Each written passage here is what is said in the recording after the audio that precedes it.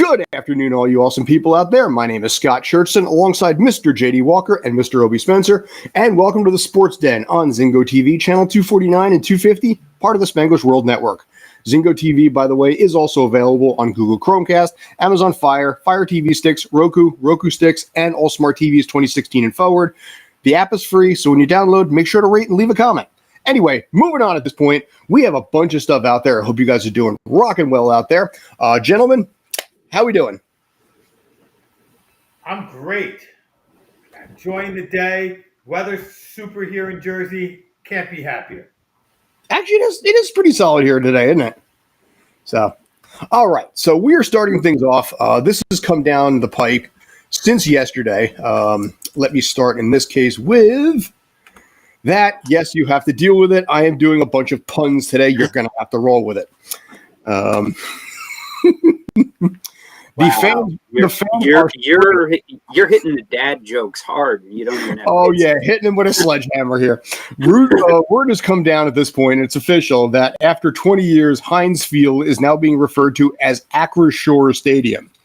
The pun that I've decided here is, was Pittsburgh behind the times, and will the rest of the league catch up?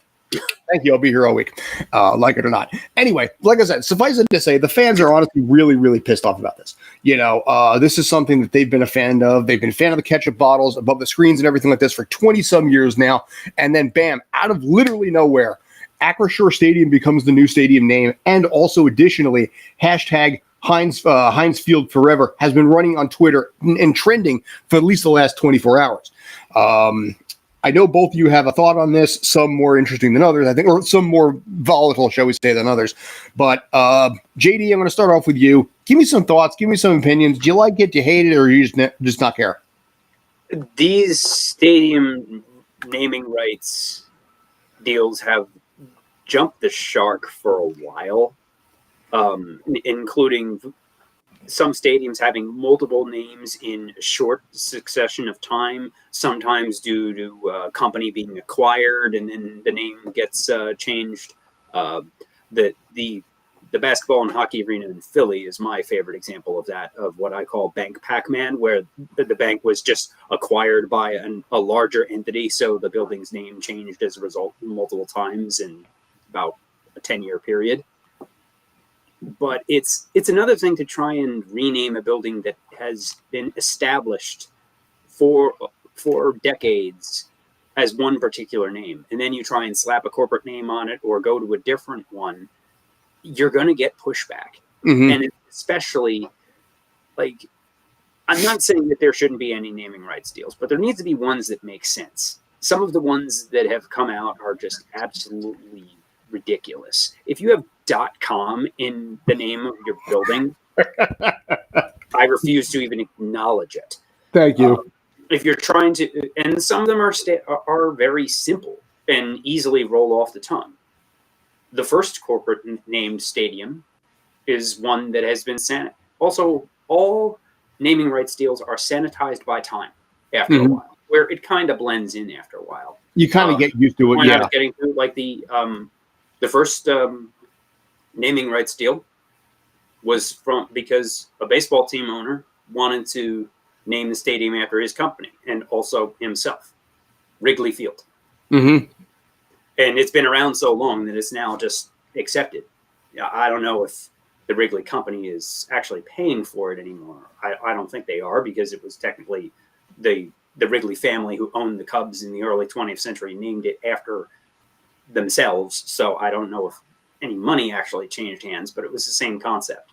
Something similar in the 60s when Cardinals owner Augie Busch III tried to rename his stadium in St. Louis Budweiser Field.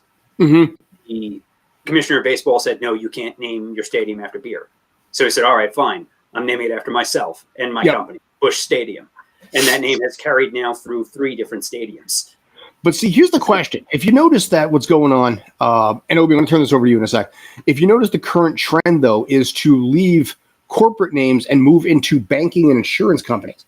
This is the latest example of it. But Obi, give me your thoughts first. Let's start with my wonderful Heinz North American hat, which I bought in Pittsburgh. So, I mean, there needs to be an understanding that Heinz is a Pittsburgh company. So Mhm. people in Pittsburgh, this is a place where if you've been there for generations, you have a relative or work at Heinz in and of itself. So it is a corporation that's very tied into the fabric of the city, which I think is important to the fans. To me, as an outsider, whether you're Heinz Field, Acrisure Field, or Pick Your Nose Field, I don't care. The only stadium I have any issue with is I believe the Cardinals should name their stadium whatever they want, but it should have been Pat Tillman Field. Mhm. Whatever stadium, Mhm. Pat Tillman Field. Otherwise, the names are the names. You get if you put enough money into the stadium, you can name it after yourself, Yankee Stadium. And if you don't, you get someone to do that, and that's Citibank in New York, right? So that's what it is. Now the banks are companies that have large marketing fees, and are the kinds of companies that make long-term investments. So when a bank is truly making that investment, they are definitely doing it in today's dollars versus long-term dollars. They have it looked at. They know that it's where people's eyes are. You see these same sort of companies in golf all the time. And by building a stadium is a strong foundation, it's something people have trust in, and that's what a bank and a financial company wants you to put in your mind. It's great advertising for them in that way. Now, have I ever heard of Acrisure? No. Will I forget Acrisure as soon as they are not named after a stadium? Maybe. But this is their chance. This is their opportunity, I guess. And the other side is Heinz is now owned, whether people realize it or not, by Buffett and his conglomerate. So they probably decided that the finances and investing in the name were not worth it anymore. It seems like the kind of thing that would go along with Buffett's plan. A lot of this kind of marketing money being thrown around is not profitable. So I did not know that, but it makes sense from what I know about Warren Buffett's strategy. Yeah. He bought the company about 5-6 years ago, which of course with him is interesting because he advised companies not to take him over and run them. He's like, I like the way you run. Now I own you. Keep doing what you do. And occasionally he steps in something like you said, like this. So I think the long-term thing though is JD is right. In the end, we're gonna get used to whatever name we have to get used to. And it's funny what we like and what we don't like. Like we like the Staples Center. I know on our chat we were all talking about the Staples Center. That was a corporate name. That was named after the corporate. NASCAR used to be, the Winston Cup until they said we can't do cigarettes anymore. Now it's so these things sort of just kind of move. You know what it is? My problem is not corporate sponsors. Staples Center, fine. Wrigley Field, like you said, fine. I have no problem with that. It's the fact that the growing trend now is it's all banks and insurance companies. You mentioned Citi Field, in this area, MetLife Center, The Rock, Wells Fargo Center, Lincoln Financial. This is just like, in this general quick little area here, and then of course you have Madison Square Garden or Yankee Stadium. Fine, leave them out of the equation for right now. But if you noticed, all the ones that I mentioned are all financial firms. This is another financial firm. Acrisure, I had to look it up. They're a financial services firm. My issue more has to do with the fact that it's no longer like a big old corporate company at this point. It's a big old corporate financial company. Because they're the only ones with the money that the teams want to pay the asking price. GD, when you and I were advisors, one of the big things that we always said, who owns the naming rights to all the stadiums and who owns the biggest buildings? Banks and insurance companies. You're seeing that. We talked about this 10 years ago, and you're seeing it now where, this is the latest catastrophe, or not catastrophe, the word I'm looking for anyway. This is the latest example of that. And but they're the ones with the cash on hand. I know. Why. They are the ones not just with profits, but cash. They're the ones you make a deposit to a bank, it's got cash. It doesn't have to roll over its cash as quickly. It can do a lot of things just on the books, moving money back and forth. So financial firms have liquid, whereas other firms don't. And if I want an influx of cash, it's nice to say, the naming rights will cost whatever they cost, but the bank comes up and says, "Yeah, I'll give you half of that, but I'll give it to you today." And that's probably what goes on in this. It's that, It depends. Sometimes yes, sometimes no. but they Because always sometimes they put it all up front, but usually it's spread out over 15, 20 years, whatever. whatever it is, the banks have the ability to make that earlier. And I think look, you think of a stadium, you think of a strong foundation, and that's what a bank wants to portray. Whereas Heinz Ketchup doesn't care if you think they have a strong foundation. They want you to know they have a fresh tomato foundation and 57 herbs and whatever it is. It's 57 herbs and spices. right. It's a different image that they're trying to portray. And I think that's why they do it. And they all see each other doing it and know that, wow, TD Garden, wow, all those 15 million eyes are on TD Garden 4 nights a week getting completely free advertising, so to speak, in the NBA playoffs. Yeah. That's what it is. Now, I'll give it this. Acrisure Stadium is not as bad a name. And JD, I know you're going to be rifling off some bet. I think we got a little game coming up where I think the whole thing is like name the sports team and name the company, I think is the rules of that game. Acrisure Stadium is not as bad as some of the ones that are out there. There are some really bad ones out there. You know, I mean, I'm going to Chicago with the other baseball team is like one of the first ones that come to my mind. I'm not sure if that's on your list or not. But, you know, like I said, in this case here, you could do worse than Acrisure. You really could. But again, my frustration is the fact that you have all these companies that are just all financial firms, you know, all offering 0.01% interest rates on their savings. And it's like, hey, we got the naming rights to the stadium. Guess what? Yeah. You got the naming rights. This is what your overdraft fees This is what your overdraft fees pay for. Christ, yes. But before I go into my tangent as a former financial advisor on that, I figure basically if we've exhausted this, JD, if you want to go into that, I believe that, correct me if I'm wrong, the rules of this game are name the team and name the company, right?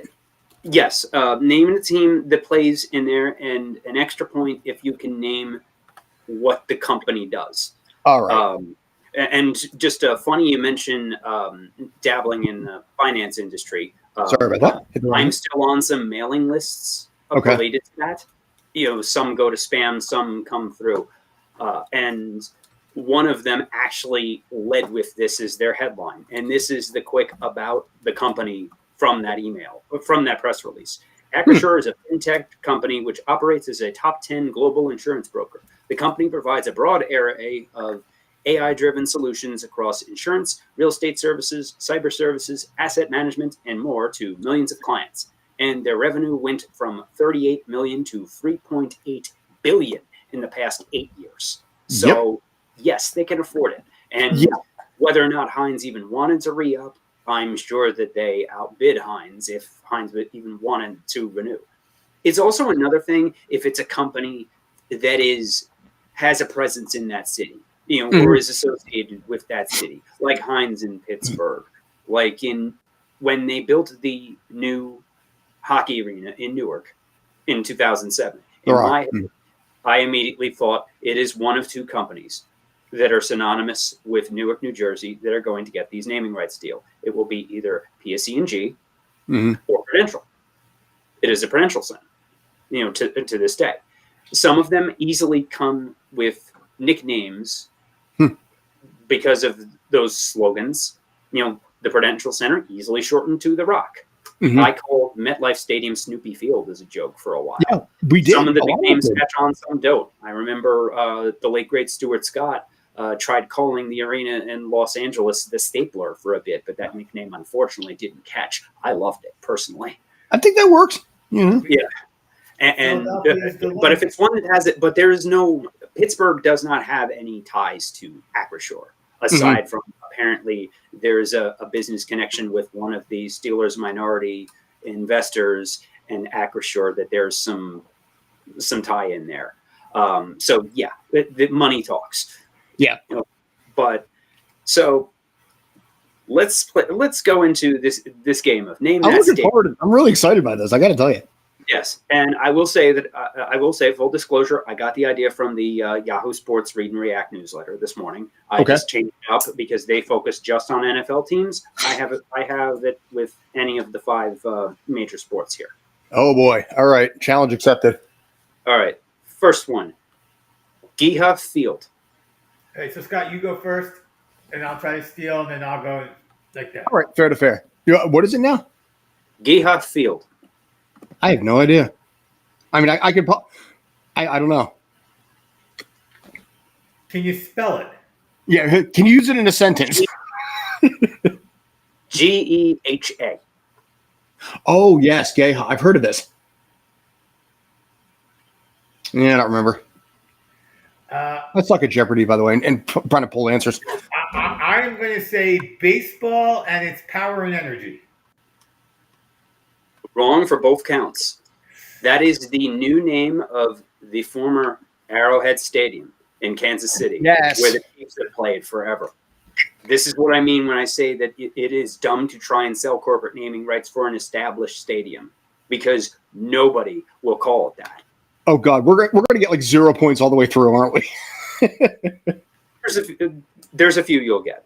Okay, Obi, you're going next though. The next one is Empower Field.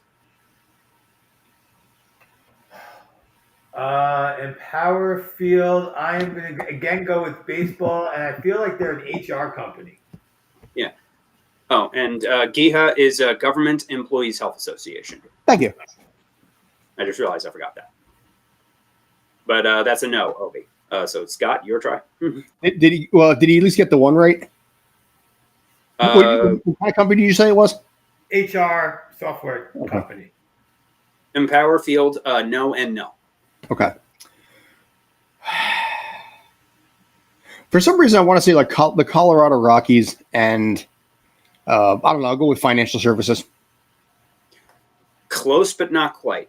It is a financial services company, so that's one. So that's 1 point, and it's for Broncos Rockies. Okay, so I had the right state. All right, I wasn't right city even. Right, so I'll give you half point for that. All right, so no.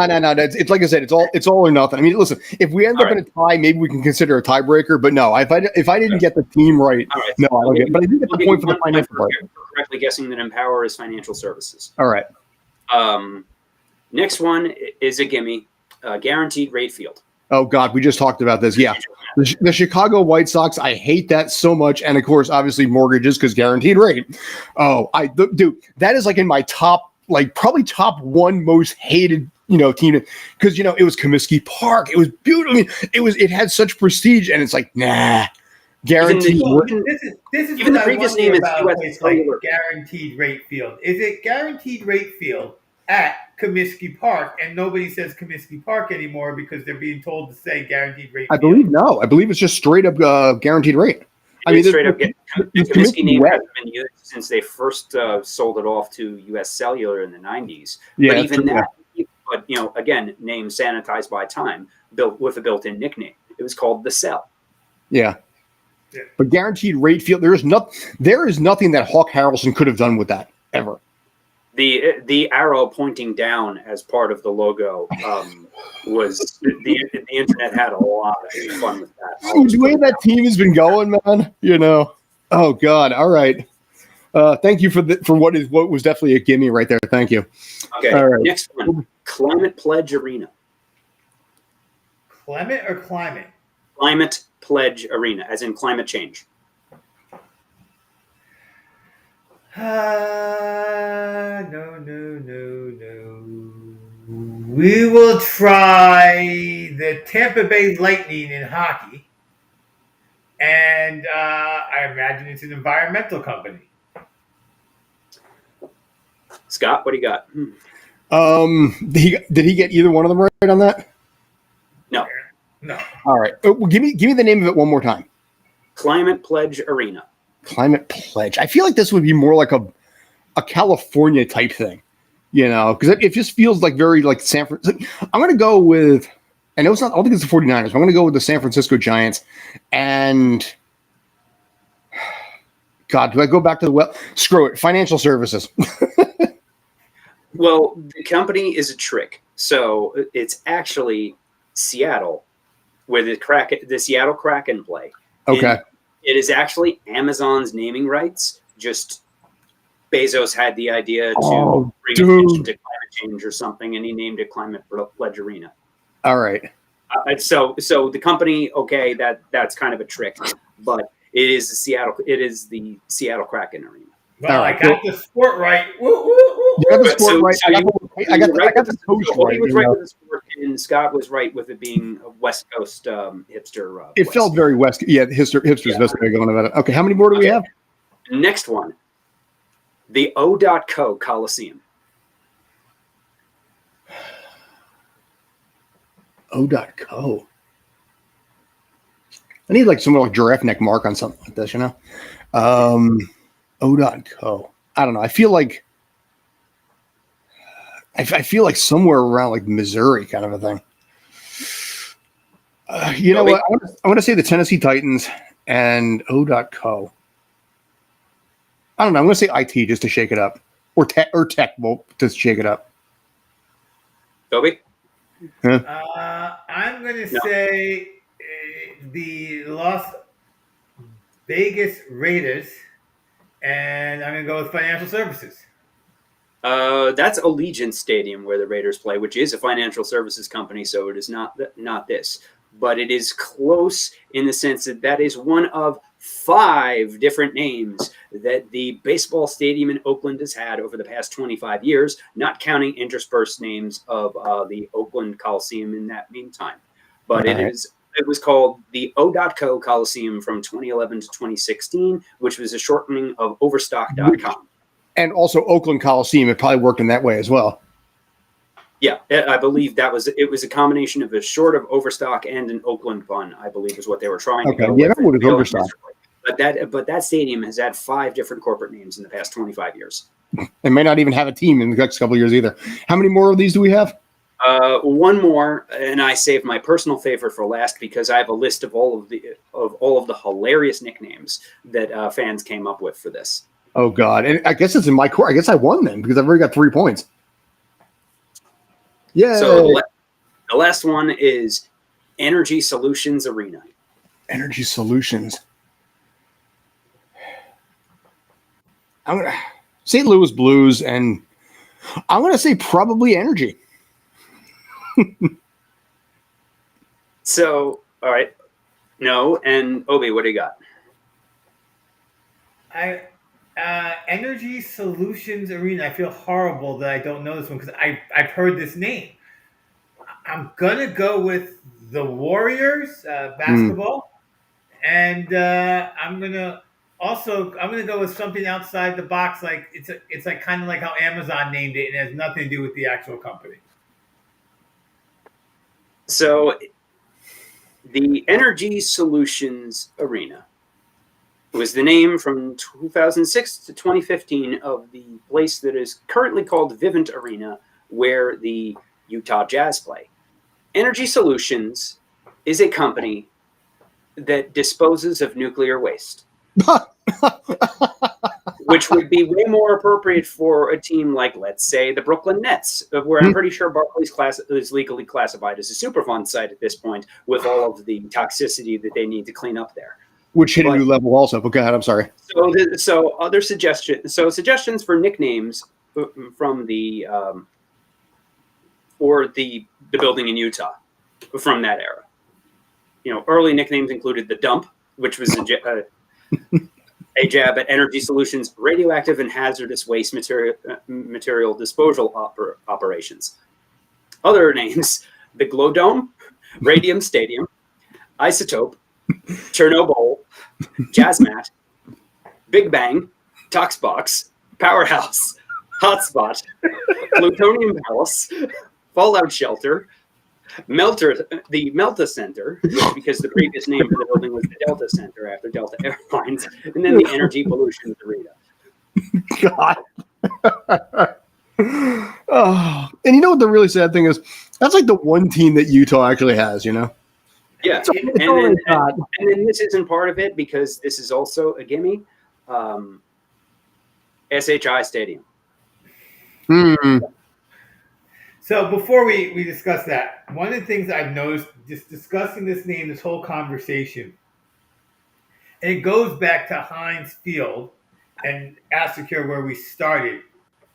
There is something to be said for less syllables. There just Yes. is, right? Short. Heinz versus Assecure. I mean, Energy Solutions versus Delta. You know, like, and some of these things like Delta, you don't even necessarily. That's just a great name because the company itself named it itself after something that could be anything. So you don't always think of the company, which makes it better for a stadium. I digress. I know, Scott, you have other places to take us with this, and we wanted to discuss HAIT arena, but I apologize for interrupting. That's good. No, but I mean, in this case, I sometimes wonder with something like this. You did, like you said, you got to keep it short. You got to keep it, sweet to the point.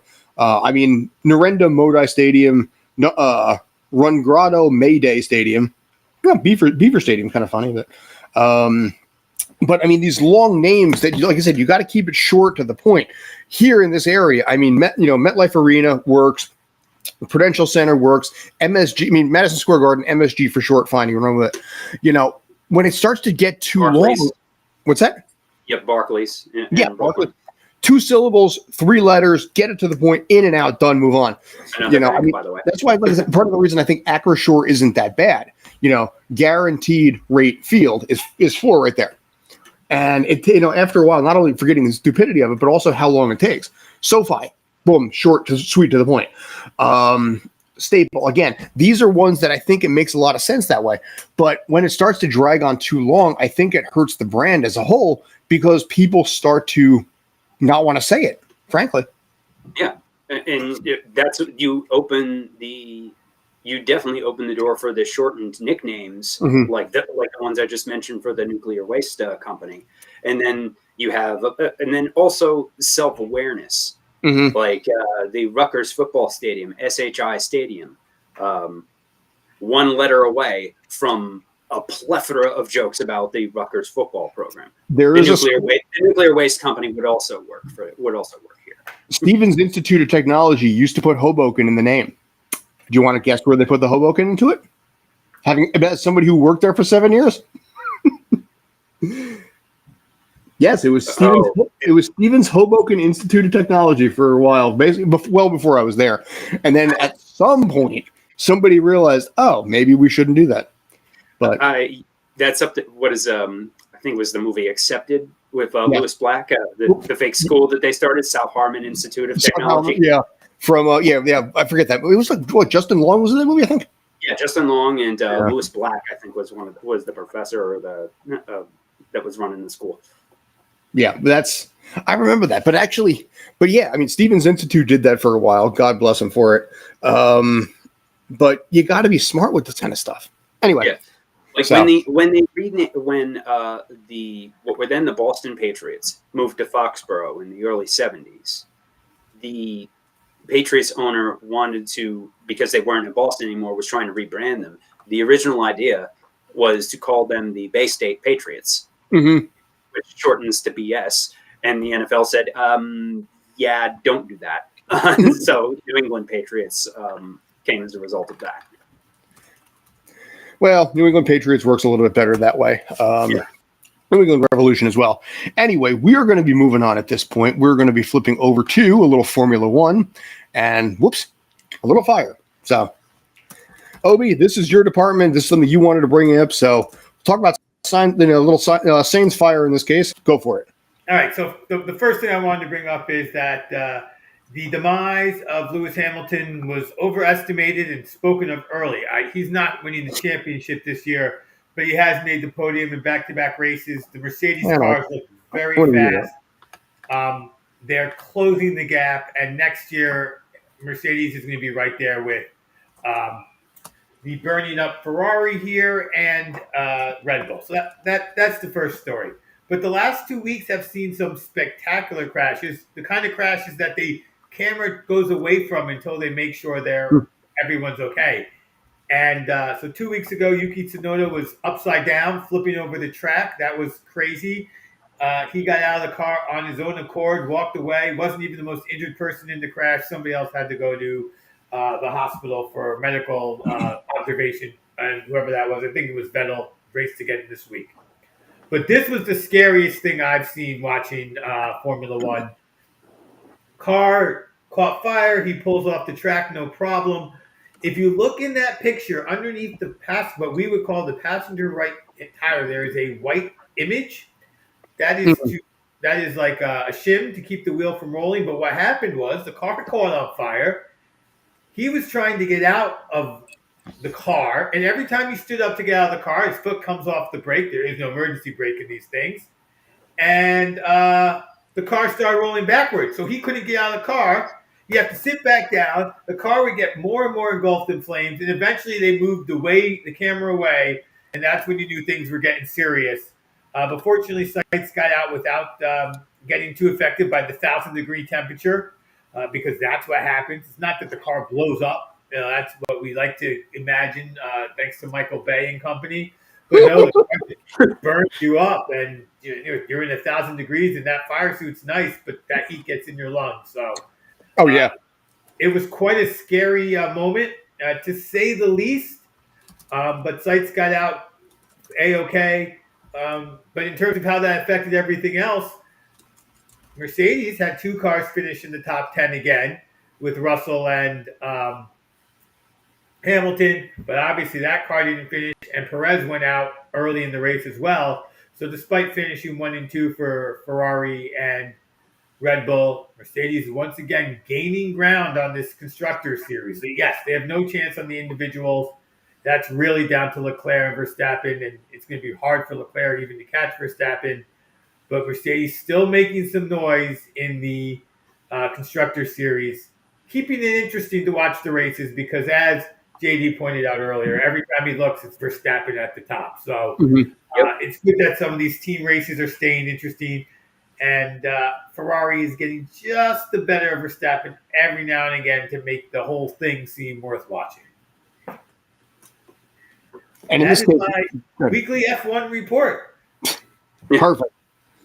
All right. So, yes, basically at this point, I appreciate that. Thank you. It's starting to be a regular thing on the show. We got the F1 report.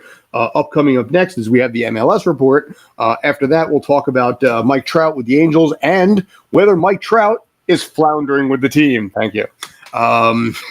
Sorry. You are brought to you by Bass Pro Shop. It has been a day from hell on this side. It has been an unbridled, unmitigated, unquestionable day from hell on this side. By the way, if you've had a day from hell as well, if you want to actually comment, feel free to. But yeah, no, it's I had to. Sorry, but yeah, we're going to talk at this point a little bit about F1. We've MLS at this point. DC United has another head coach because after the shellacking that happened with that team the other day, by God, you gave up in soccer a literal touchdown. How difficult? And the extra point. and the extra point. Don't forget the extra point. So right now, you were there. You covered that game. You wrote up for that game. There is a question I wanted to ask about this. Is it something? I've been to Subaru Park. Hey, it's a stadium. It's not a financial firm. I've been to Subaru Park. The energy, the vibrancy, and the excitement there, you can feel it in the seats. When they hit goal number 5 at halftime or 6 or 7 in the second half, what was that feeling like? How fired up was that team? It was surprisingly not as fired up as they were for the end of the NYCFC game the week before. But it was still really loud, and also by the last few goals, it was just like, oh, another one, yay! Like it was kind of it kind of got ridiculous after a bit. I will say that in 2 games writing columns on the Philadelphia Union, that I saw a brawl with the trainer getting thrown out in the first game, and then 7 goals in the second game, and which was appropriately enough was fireworks night. And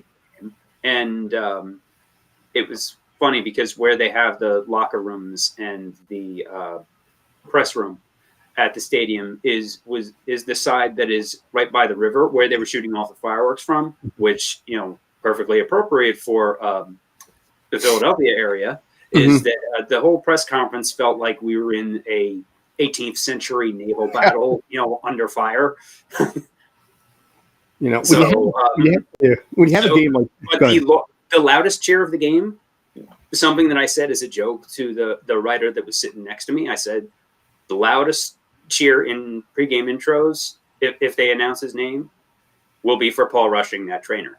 Which, when he did come on the goalie Andre Blake did go down. He took a ball to the face. They were checking him for a concussion and everything. So as they got up and as Paul left the field, that was the loudest cheer of the night. Well, people were lining up to take pictures with him after the game. Well, I mean, that guy would become a legend, and he has. As a personal trainer, this is a jack dude. Yeah, but DC United is absolute garbage. So bad to the point where they had already fired their coach earlier this year. So they had an intern coach already who was supposed to finish out the year.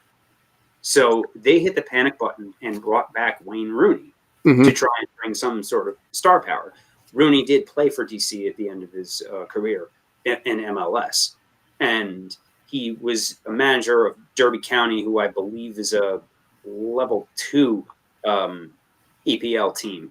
Or not EPL, would be League 1 or League 2, the next level down. So he was manager there for 18 months. The team was an absolute mess through no fault of his own. But his family didn't like DC. So to go from there to trying to do this again, I don't see how that's going to go well, but it's worth a shot for a team as desperate as DC, I guess. But to give up 7 goals, you only get a certain number of substitutions in a soccer game. Miraculously, none of them were for that goalie. Because I said, how do you even put that goalie back out there for the second half? Whether or not the goalie behind him is any better, just at some point you're just like, okay, you're done. Just sit for the rest of the day. Just like pulling a starting pitcher who's getting shelled. Or in hockey, basically, if the goalie doesn't have it. Yeah, but same kind of deal. I expected that to happen with this goalie, and they left the poor guy out to dry for the rest of the game. And he could have been 9-0 because there were 2 other easy goals that were missed. There was a penalty kick that was saved, and another chance that was in front of an open net that just missed the post. So, and the player who would have scored both those goals was Julian Carranza, who had the hat trick. So he could have had 5 goals. When he was asked about the hat trick after the game, he was mad that he didn't get the other 2, but still he got a hat trick. Because it shows how good he can be at this level. But that shows how competitive a lot of these players are. Where he got 3 goals, and he could have had 2 more, and he said, "I should have gotten those other 2." When you start chasing records at this point, you start looking at Golden Boot and all these kind of things. But Philadelphia is a beast of a team. And honestly, I would not be surprised at all if they end up taking the MLS Cup this year. It also helps. Goal differential is one of the tiebreakers, so raking up 7 goals is one way to really help that. But NYCFC right now is still in flux. They won the other day, but it was honestly not a pretty win at home. I mean, they had an MLS record 3 penalty kicks in the first half. No team had ever had 3 penalty kicks in a game, let alone in the first half. And it converted on 2, and they were up a man for about the remaining 50-plus minutes of the match. And they still only won 4-2. So there's a little bit of a concern with that team. So I'm not convinced that team can actually overtake a Philadelphia squad, especially if Philly's playing at home. Go ahead. Yeah, so obviously I trust you guys for my soccer information. But being up a man in soccer and being up 2 goals, in the soccer I've watched at the highest level, I don't often see a team that has that man advantage up 2 goals score. They usually just control the ball, keep the ball away, play that beautiful game, as they like to call it in the European stations, but there's no real attacking. So in that 4-2 game, was there concern that they couldn't do that, or is there just concern that they didn't pour it on? You know what it was? They allowed a goal late, so it was. Like I said, they had 3 penalty kicks. They scored on 2, so they were up 2-1 at half. Made it 3-1, and then basically, despite being above, up a man, cut the lead to 3-2, and there was a lot of narrow chances there that could have happened. They employed a very, very heavy dump and chase style because when you're up by a player like that, you can afford to just kick the ball deep, and you typically will get enough breakaways. This game could have easily been 5, 6, 7, 8-2. But I mean, a win is a win. You take it, you walk away. They're back they're back well into the playoff hunt at this point. Third place, fourth place, I think somewhere around there. But it is a little bit of a concern because of the fact that this was not as winnable a game as it should have been given the circumstances. And I wonder a little bit. They got a match tomorrow night against FC Dallas in Dallas, and then they play back at Red Bull Arena over the weekend on Sunday. They've got a lot of matches in a short amount of time. This is the time that New York is going to have to try and figure out a way to make sure they stay in the hunt because they're getting gassed. I was on the press conference earlier. The guy I talked to, Maxime Chanot, he's like, "Yeah, we're tired. It has been all go, and we have to swap out a lot more because of this." They had 5 games in 15 days. They've had, in this case, 3 games in 8 days now, and it's just that takes a toll on a team after a while. Yeah, with the extended break for CONCACAF with the 3-week breaks, now trying to get caught up, you can tell that a lot of the teams are really suffering right now. It is worth noting that despite the doom and gloom with NYCFC, they're only in third in the Eastern Conference. They have 32 points with Red Bulls and Union tied for first. Red Bulls with the tiebreaker since they're 9-5-6 versus 8-2-9 for the Union. But there's some concerns about all that Ronnie Dyla. There was concerns that Ronnie Dyla, the head coach, was a lot of the reason for that. And whether that still exists here with interim coach Nick Cushing. Listen, you have a coach bail because he wants to go back to Europe. Don't fault him. His family's there. It's nobody in New York is pissed off at Ronnie Dyla. He got the team a championship. But in the middle of the season, that is a massive, massive change that nobody was prepared for in that moment. So Nick Cushing found out that morning. He's like, "By the way, you're the new coach. The other guy's gone." And he's like, "Oh, okay." And then bam, you're just off. Yeah. It's the nature of the business. It happens, especially with the MLS season, the way it is on the calendar, where Europe's transfer windows are right in the middle of the MLS season. So that can create a lot of chaos, especially in a situation like this. So this kind of movement does, it's unfortunate timing for NYCFC, but just in the nature of the business, that's how it goes. Sure. And they sustain this. I don't know what their upcoming schedule looks like for NYC. Philly is playing at Miami tomorrow, and they play New England at home Saturday. And I believe they're the only team in the East that has not, in fact, lost a game at home. I believe they're 6-0-5 right now. I could be wrong. The Union, that is right. They have not lost a game at home. Yeah.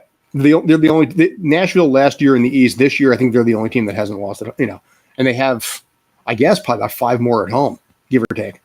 7. 7 more at home. Okay. Yeah, they have 7 more home games for the course of the season. So. I counted because I was checking my calendar to see which ones I could work. Been there, done that, got that T-shirt. So yeah. All right.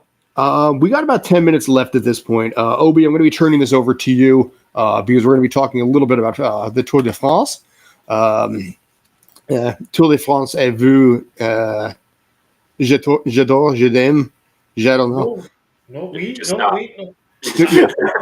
4 years I want the mic race and not speak a word of French, Scott. It's okay. So JD, I recall. All right. I'll catch you later. Bye. Oh, Scott's gone. All right, so and he's just messing with us. Yeah. Well, if you recall, last week I made 2 predictions. One was that Wout van Aert was going to win this green jersey competition, and I was very confident would put the amount of money I cared about on that. And after 1 week out of 3 weeks of racing, he is well ahead in that competition, with a couple of stage wins, including beating Tadej Pogacar one-on-one in a sprint up a mountain, or I should say a hill, with all due respect to mountains. And he's looking A-okay there. I do not remember who I said was going to win between Primoz and Tadej. But at this point, it does look like Tade is going to win this race. He's got about a 48-second lead. Um, two huge mountain stages coming up in the next 2 days, which could change things.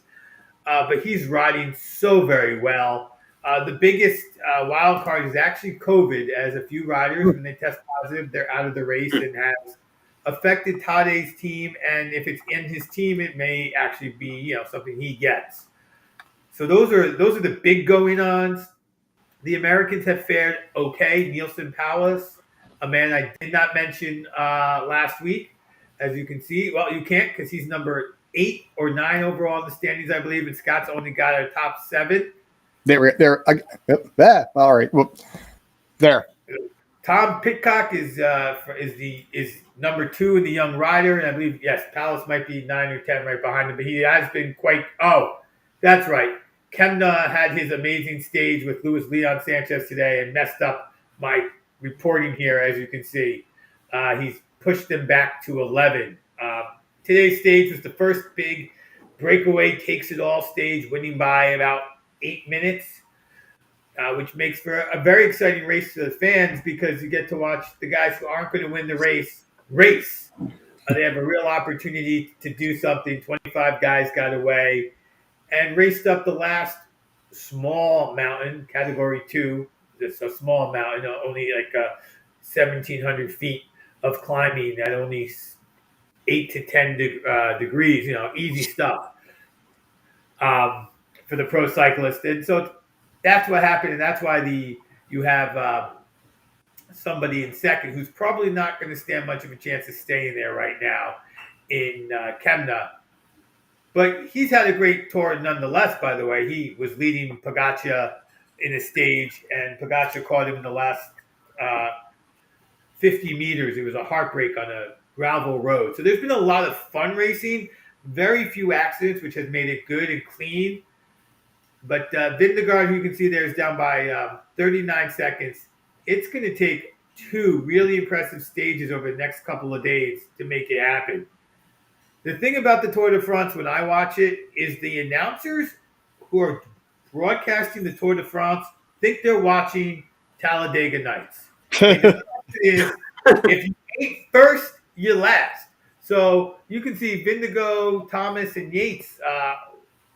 They're pretty close. They're all minute 25. And so if the team Ineos does work in a way trying to get to second and not attacking first, if you watch the race, they're going to go, that was a bad strategy. But catching up 45 seconds is easier than catching up a whole minute and a half. So I expect to see one of these guys, Thomas, Yates, or Pidcock, in the next 2 days to be part of a breakaway, forcing Team Jumbo-Visma and Team UAE to try to catch that guy, leading the other 2 guys for a chance at really moving up, whether into second or even into first. And that would really make this thing super exciting. So I'm hoping that we see that from Ineos, an attempt to go after it. But I fear that we're just going to see sort of the same kind of thing we always see, and just the best teams just try to make the other guys get tired out and be the last man standing, which is fun, but it's funner to see attacks. Nice. And that is my continuing Tour de France report. I need musical themes. So we have, but there's still more mountain stages coming up next week, right? They still have the Alps and all to go through, right? Yes, so they have 2 mountain stages back to back, then an easier stage for a day or 2, and then some more mountains. But the 2 hardest stages, I believe, from what people are reporting, of course, sometimes, if you're listening to reporters or reading, they'll say, oh, coming up, it's the 2 hardest stages of the Tour, and then 2 days later, we have the hardest stage of the Tour. Just like any sport, when you're watching, you're watching 1 week, this is the best linebacker in the league, and then the next week, this guy's the best. But the next 2 days, and we have Alpe d'Huez coming up, which is a incredibly famous ride. Anyone who ever kind of watched bike racing back when Lance Armstrong was not a pariah and saw Lance Armstrong look back at some guy and then take off, that was the look, and that was on Alpe d'Huez, which was the most famous single stage that he had during his time when people So, but he did actually happen. So that was on Alpe with his 27 switchbacks, a mountain that exists just for bike riders who try to ride up. Nice. So, all right. Thank you, Mr. Obi Spencer. I appreciate that.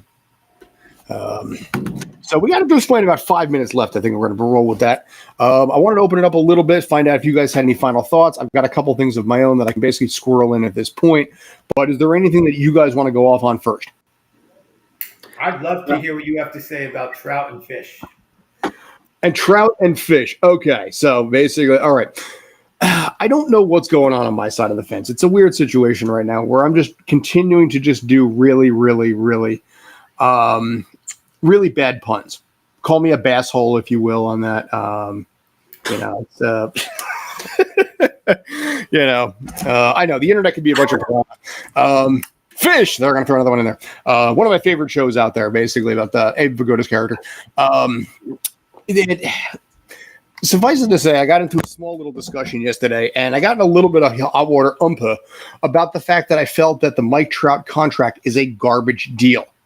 And it is not a garbage deal because of what he's doing, but because of what that's doing to a team that actually has such a smaller payroll than the Dodgers do. And in his case right there, that contract is 20% of his payroll. He is making $35 million a year from now until 2030 when he turns 38 years old. He was injured for much of last year. He's 30 years old right now. Predictably, he is going to get older. Obviously, but he's going to get injured as time wears on. Right now, this is a team that has perennially struggled for years and has paid him handsomely that entire run. Right now, Shohei Ohtani is only making $4.5 million a year. They dropped $20 million on Syndergaard. He's going to be a free agent at the end of the year. Presumably, Syndergaard will be gone. But in this case, I almost wonder if the team would have been better off not giving that kind of money to him, and instead focus that money on more affordable 2, 3, 4 B-list guys at 5, 6, 7, 10 million a year, as opposed to just putting all your eggs into one Trout basket. And as a result, having an entire team around him that's struggling.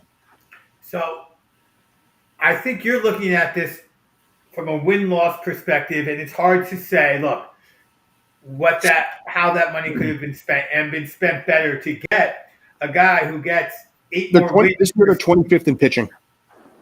To get a guy who's going to get you 2 guys who have to each have 4 more wins above their replacements than the guy who has 8 wins above replacements. So, but that being said, I, as part of some work I did once, went and looked at what was the effects of winning on the income of Madison Square Garden, because it's quite interesting because MSG is a public company, but its teams aren't, but you can kind of look at what's going on. And so I did it at a time when they brought in Carmelo Anthony. And the biggest factor in their income was Anthony just showing up. The moment Anthony showed up, the moment they gave him all that, giving him that money is irrelevant. Those stars put butts in the seats. And so from a money standpoint, which I know we don't, we started off this entire show complaining about that, by the way. I don't think this contract's a bust at all, because you need something to get people in the seats when you're competing with LA. And that, I mean, the Dodgers. Yeah, so I don't think it's a business. Do any of these mega deals actually benefit the team in the long run? And any of these $200 million plus contracts? You guys are in Philly. Look at the Mike Trout deal. Yeah, look at the Bryce Harper deal. Oh, that's what I'm sorry, Bryce Harper. Sorry about that. These teams, it's not a coincidence that some of the highest paid players in baseball are all and supposedly best players are all on the worst teams. Yeah, that's a problem for baseball. Because also in this case, basically, they don't have to worry about pitching around them. Because if there's trade, they can pitch around them if they need to. They don't have to worry necessarily if they pitch to them because you may be up by so much. You have. If you look at A-Rod's numbers when he was in Texas, he crushed it because the rest of the team around him was garbage. Yeah.